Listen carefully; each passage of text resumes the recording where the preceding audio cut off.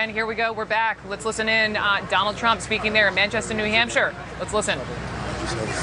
Radical Islamic terrorism. Even her former Secret Service agent, who's seen her under pressure and in times of stress, has stated that she lacks the temperament and integrity to be our president. There will be plenty of opportunity to discuss these important issues at a later time, and I will deliver that speech very, very soon. But today, there is only one thing to discuss: the growing threat of terrorism inside of our borders.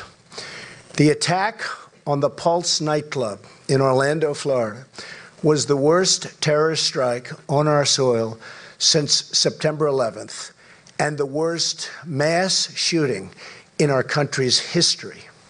So many people, just hard to believe, but just so many people dead, so many people gravely injured, so much carnage, such a disgrace. The horror is beyond description. The families of these wonderful people are totally devastated, and they will be forever. Likewise, our whole nation, and indeed, the whole world is devastated. We express our deepest sympathies to the victims, the wounded, and their families. We mourn as one people for our nation's loss and pledge our support to any and all who need it. I would like to ask now that we all observe a moment of silence for the victims of this attack.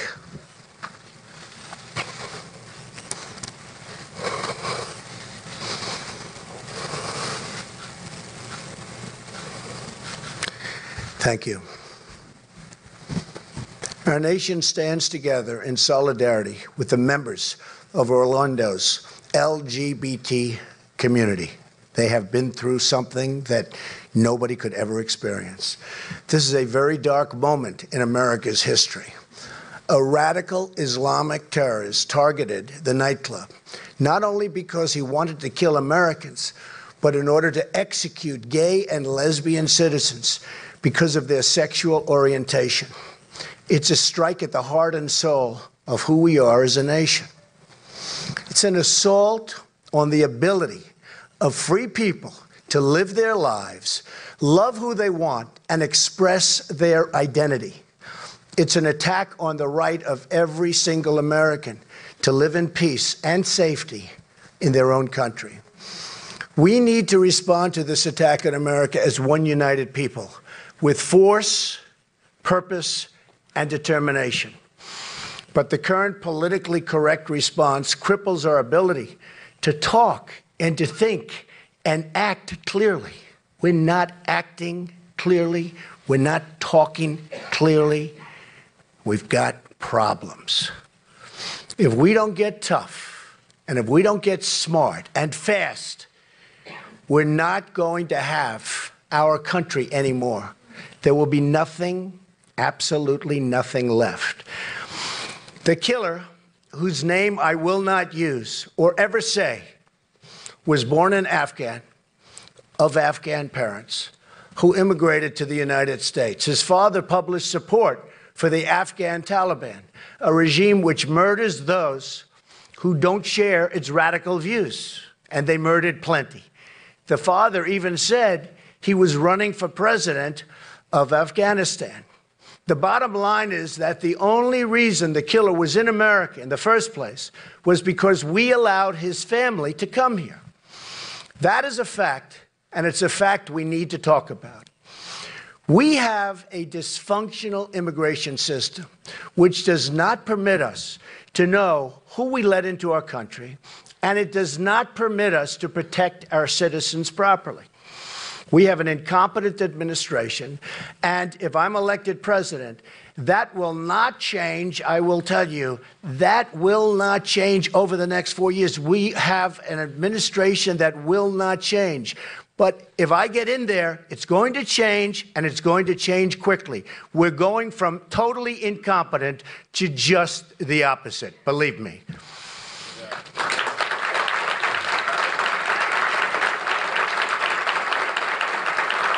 Thank you. With 50 people dead, and perhaps more ultimately, and dozens more wounded, we cannot afford to talk around issues anymore. We have to address these issues head on. I called for a ban after San Bernardino and was met with great scorn and anger. But now, many years, and I have to say, many years, but many are saying that I was right to do so. And although the pause is temporary, we must find out what is going on. We have to do it. It will be lifted, this ban, when and as a nation we're in a position to properly and perfectly screen these people coming into our country. They're pouring in, and we don't know what we're doing. The immigration laws of the United States give the president powers to suspend entry into the country of any class of persons. Now, any class, it really is determined and to be determined by the president for the interests of the United States. And it's as he or she deems appropriate. Hopefully, it's he in this case. Thank you. I will use this power to protect the American people. When I'm elected, I will suspend immigration from areas of the world where there is a proven history of terrorism against the United States, Europe, or our allies, until we fully understand how to end these threats. After a full... Thank you. And by the way, we have no choice. After a full, impartial, and long, really long overdue security assessment, we will develop a responsible immigration policy that serves the interests and values of America.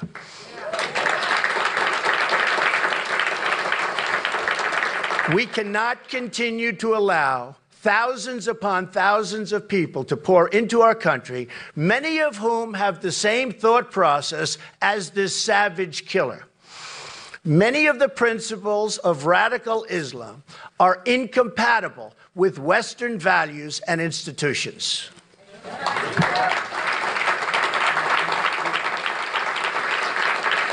Remember this: radical Islam is anti-woman, anti-gay, and anti-American.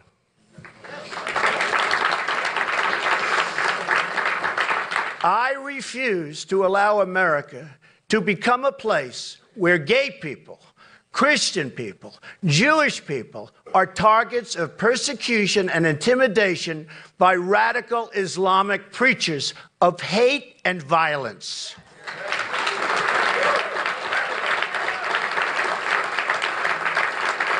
This is not just a national security issue. It's a quality of life issue.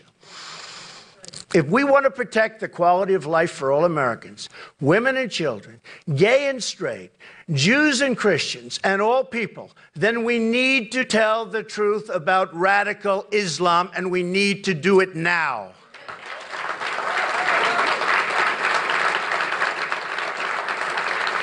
We need to tell the truth also about how radical Islam is coming to our shores. And it's coming. With these people, folks, it's coming. We're importing radical Islamic terrorism into the West through a failed immigration system and through an intelligence community held back by our president. Even our own FBI director has admitted that we cannot effectively check the backgrounds of people we're letting into America. All of the September 11th hijackers were issued visas. Large numbers of Somali refugees in Minnesota have tried to join ISIS. The Boston bombers came here through political asylum. The male shooter in San Bernardino, again, whose name I will not mention, was the child of immigrants from Pakistan, and he brought his wife, the other terrorist, from Saudi Arabia through another one of our easily exploited visa programs. Immigration from Afghanistan into the United States has increased nearly fivefold in just 1 year. According to Pew Research, 99% of the people in Afghanistan support oppressive Sharia law. We admit many more, and that's just the way it is. We admit many more from other countries in the region, and I'll tell you what, they share these oppressive views and values. We want to remain a free and open society. Then, and if we do, then we have to control our borders. We have to control, and we have to control them now, not later, right now. Thank you.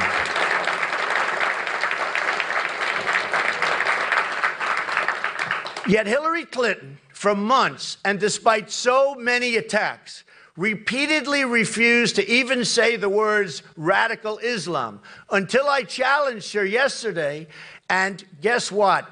She will probably say them. She sort of has said them, but let's see what happens. She really has no choice, but she doesn't want. However, she's really been forced, and she has been forced to say these words. She supports, and the reason is, she supports so much of what is wrong and what is wrong with this country and what's going wrong with our country and our borders. She has no clue, in my opinion, what radical Islam is, and she won't speak honestly about it if she does, in fact, know. She's in total denial, and her continuing reluctance to ever name the enemy broadcasts weakness across the entire world. True weakness.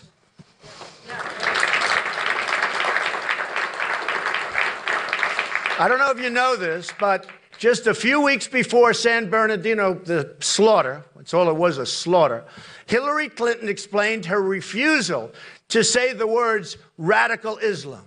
Here is what she said, exact quote: "Muslims are peaceful and tolerant people and have nothing whatsoever to do with terrorism." That is Hillary Clinton. So she says the solution is to ban guns. They tried that in France, which has among the toughest gun laws anywhere in the world, and 130 people were brutally murdered by Islamic terrorists in cold blood. Her plan is to disarm law-abiding Americans, abolishing the Second Amendment, and leaving only the bad guys and terrorists with guns. No good. Not going to happen, folks. Not going to happen. Not going to happen. Thank you. She wants to take away Americans' guns and then admit the very people who want to slaughter us. Let them come into the country. We don't have guns. Let them come in. Let them have all the fun they want. I will be meeting with the NRA, which has given me their earliest endorsement in a presidential race, to discuss how to ensure Americans have the means to protect themselves in this age of terror. I will be always defending the Second Amendment.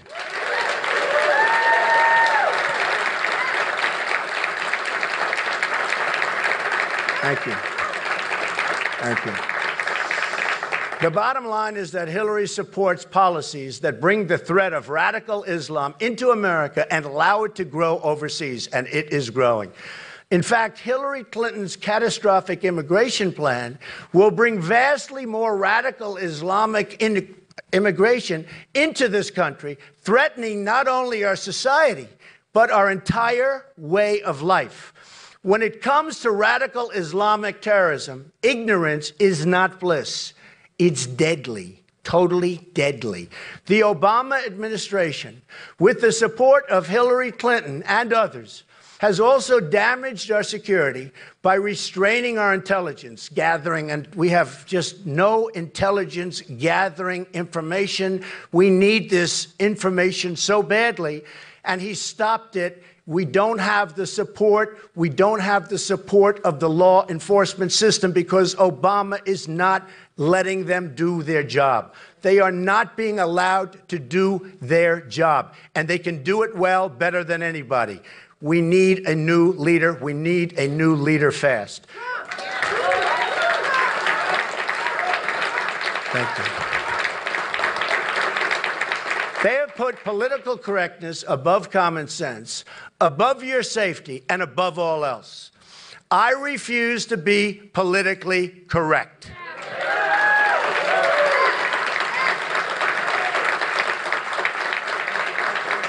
I want to do the right thing. I want to straighten things out, and I want to make America great again. The days of deadly ignorance will end, and they will end soon if I'm elected. As president, I will give our intelligence community, law enforcement, and military the tools they need to prevent terrorist attacks. And they don't have those tools now. We need an intelligence gathering system second to none. Second to none. That includes better cooperation between state, local, and federal officials, and with our allies, very importantly.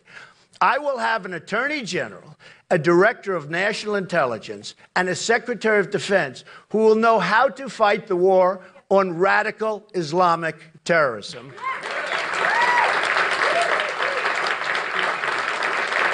And they will have the support that they need to get the job done right, not like it is right now. It's not right. We also must ensure the American people are provided the information they need to understand the threat. The Senate Subcommittee on Immigration has already identified hundreds of immigrants charged with terrorist activities inside the United States since September 11th. Nearly a year ago, the Senate Subcommittee asked President Obama's Department of Justice, State, and Homeland Security to provide the immigration history of all terrorists inside the United States. These departments refused to comply. Nobody even knows why. They refused to comply. President Obama must release the full and complete immigration histories of all individuals implicated in terrorist activities of any kind since September 11th. So important. The public has a right to know how these people got here, how they came onto this great land. Why are they here?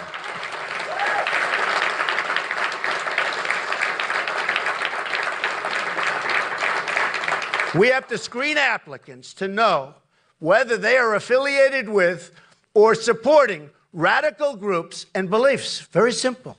We have to control the amount of future immigration into this country, and we have to prevent large pockets of radicalization from forming inside America. Not complicated. And just think of this, take a look. Every single event, even a single individual, can be devastating. And all you have to do is take a look at what happened in Orlando and what happened in other cases, just a single event. And just one person. Can you imagine what they'll do in large groups, which we're allowing now to come here? Truly, our president doesn't know what he's doing. He's failed us, and he's failed us badly. And under his leadership, this situation will not get any better. It will only get worse, and I've been saying that for a long time. Each year, the United States permanently admits 100,000 immigrants from the Middle East and many more from Muslim countries outside of the Middle East. Our government has been admitting ever-growing numbers year after year without any effective plan for our own security. In fact, Clinton's State Department was in charge of admissions and the admission process for people applying to enter from overseas. Having learned nothing from these attacks, she now plans to massively increase admissions without a screening plan, including a 500% increase in Syrian refugees coming into our country. Tell me, how stupid is that? This could be a better, bigger, more horrible version than the legendary Trojan horse ever was. Altogether, under the Clinton plan, you'd be admitting hundreds of thousands of refugees from the Middle East with no system to vet them or to prevent the radicalization of the children and their children. Not only their children, by the way, they're trying to take over our children and convince them how wonderful ISIS is and how wonderful Islam is, and we don't know what's happening. The burden is on Hillary Clinton to tell us why she believes immigration from these dangerous countries should be increased without any effective system to screen. We're not screening people. So why don't we have an effective screening system? We don't. We're being laughed at all over the world. The burden is on Hillary Clinton to tell us why we should admit anyone into our country who supports violence of any kind against gay and lesbian Americans. The burden is on Hillary Clinton to tell us how she will pay for it. Her plan will cost hundreds of billions of dollars long term. Wouldn't this be money better spent rebuilding America for our current population, including the many poor people already living here? We have cities, we have inner cities, we have poverty all over, and this is how we're spending billions of dollars. We have to stop the tremendous flow of Syrian refugees into the United States. We don't know who they are, they have no documentation, and we don't know what they're planning, and we won't unless we have proper supervision and proper leadership, in which case they're out of here. What I want is common sense. I want a mainstream immigration policy that promotes American values. That's a choice I put before the American people.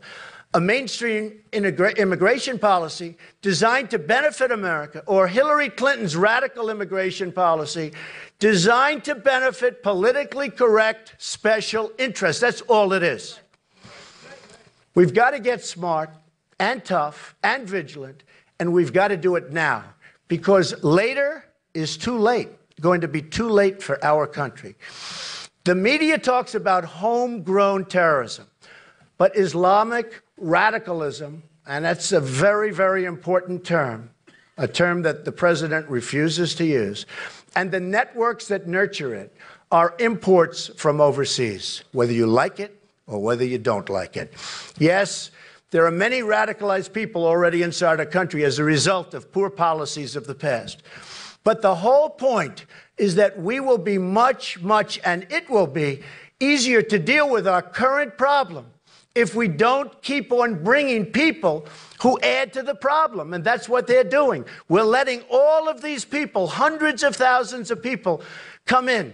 And all they're doing is adding to this incredible problem we have. For instance, the controversial mosque attended by the Boston bombers had at its founder, and as its founder, an immigrant from overseas charged in an assassination plot. This shooter, and amazingly, in Orlando, was the child of an immigrant father who supported one of the most repressive regimes on earth. Why would we admit people who support violent hatred? Hillary Clinton can never claim to be a friend of the gay community as long as she continues to support immigration policies that bring Islamic extremists to our country and who suppress women, gays, and anyone else who doesn't share their views or values.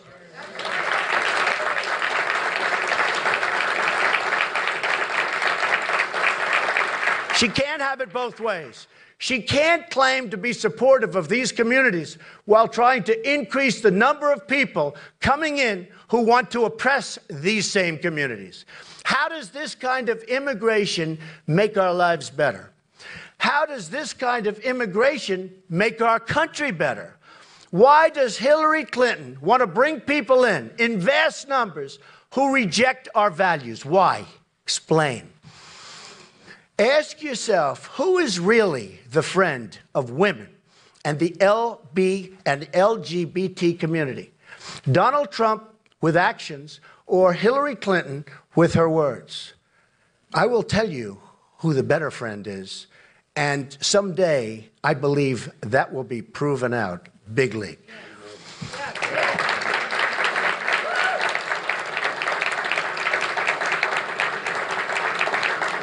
And by the way, the LGBT community is just, what's happened to them is just so sad. And to be thinking about where their policies are currently with this administration is a disgrace to that community, I will tell you right now. Clinton wants to allow radical Islamic terrorists to pour into our country. They enslave women and they murder gays. I don't want them in our country.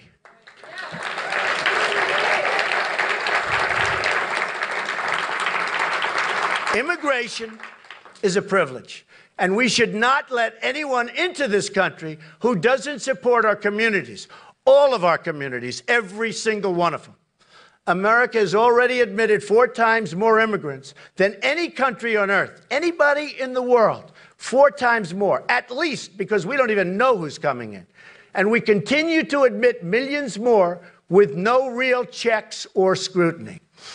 Not surprisingly, wages for our workers haven't budged in almost 20 years. You wonder why we get the crowds. You wonder why we get this tremendous support. You wonder why I've gotten more votes than any Republican in any primary in the history of the Republican Party.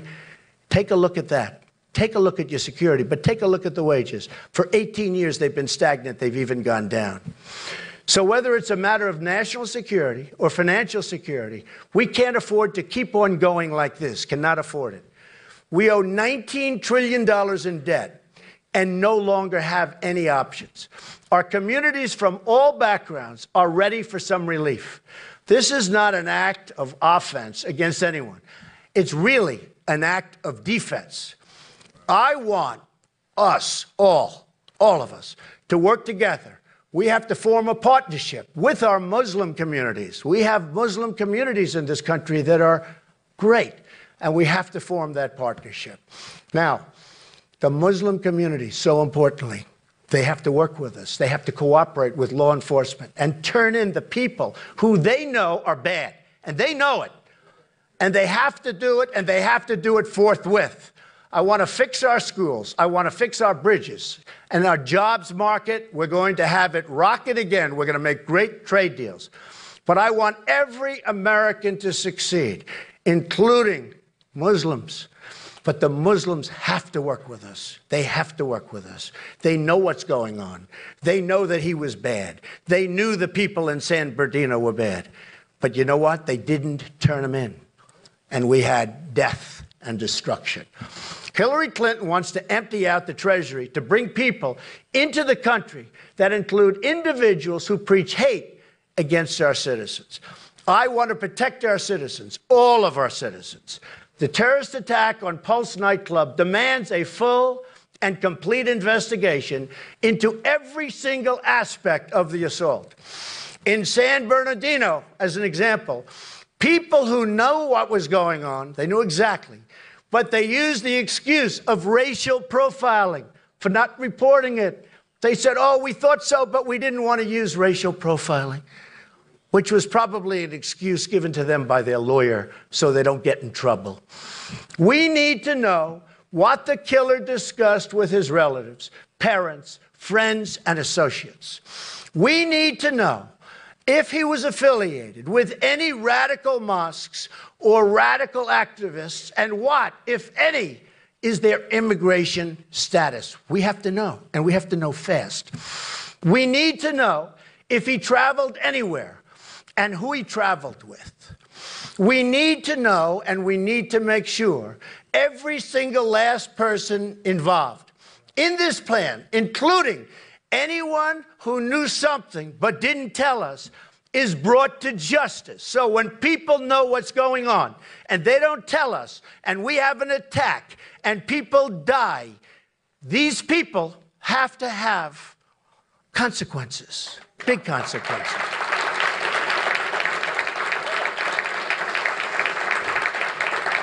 America must do more, much more, to protect its citizens, especially people who are potential victims of crimes based on their backgrounds or sexual orientation, as you just saw in Orlando. It also means we must change our foreign policy. The decision to overthrow the regime in Libya, then pushing for the overthrow of the regime in Syria, among other things, without plans for the day after, have created space for ISIS to expand and grow like nobody has ever seen before.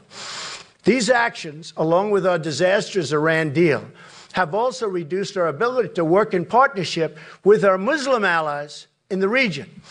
That is why our new goal must be to defeat Islamic terrorism, not nation building. No more nation building. It's never going to work. And by the way, we've spent almost $5 trillion over the years on trying to nation build in the Middle East. And it has been a complete and total disaster. We're further away now than we were 15 years ago. For instance, the last major NATO mission was Hillary Clinton's war in Libya. That mission helped unleash ISIS on a new continent. I've said NATO needs to change its focus and stop terrorism. We have to focus on terrorism, and we have to stop terrorism. Since I've raised that criticism, and it's okay, I've gotten no credit for it, but these are minor details, NATO has since announced a new initiative, front page of the Wall Street Journal 4 days ago, focused on just that. America must unite the whole civilized world in the fight against Islamic terrorism.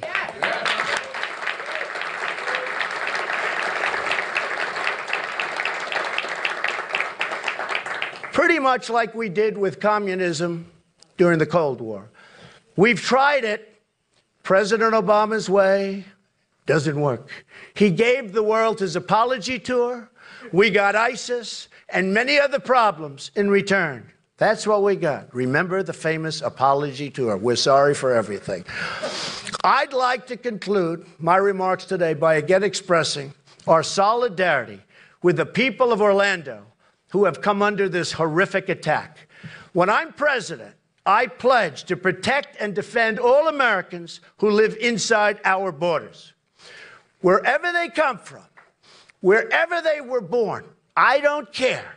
All Americans living here and following our laws, not other laws, will be protected.